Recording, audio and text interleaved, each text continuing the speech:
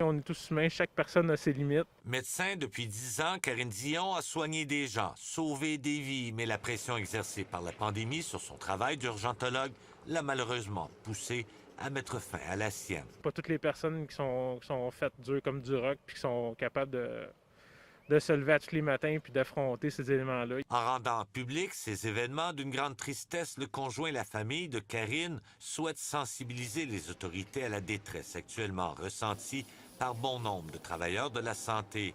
C'est la pire chose, dans le fond, qui peut arriver, c'est de garder ça en dedans puis de ronger par toute cette noirceur, dans le fond, qui est là. Cette pression sur le réseau est énorme, confirme le président de l'Association des omnipraticiens de la région Yamaska. Oui, ça ajoute un stress qui peut générer chez certaines personnes de la fatigue, de l'épuisement, de la détresse. À la suite d'un premier arrêt de travail, Karine Dion avait repris du service l'automne dernier à l'urgence de l'hôpital de Granby.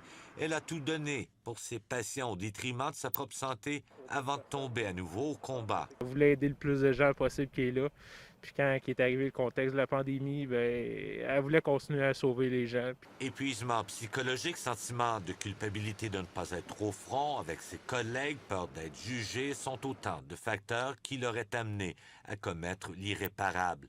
Le docteur Bergeron observe un accroissement de la charge mentale par le fait même de la détresse chez le personnel de première ligne. Il faut être à l'écoute de cette détresse-là, tant pour soi-même que pour les collègues qui nous entourent. Il n'y a pas de honte à demander de l'aide, c'est le message que souhaite passer la famille de Karine Dion.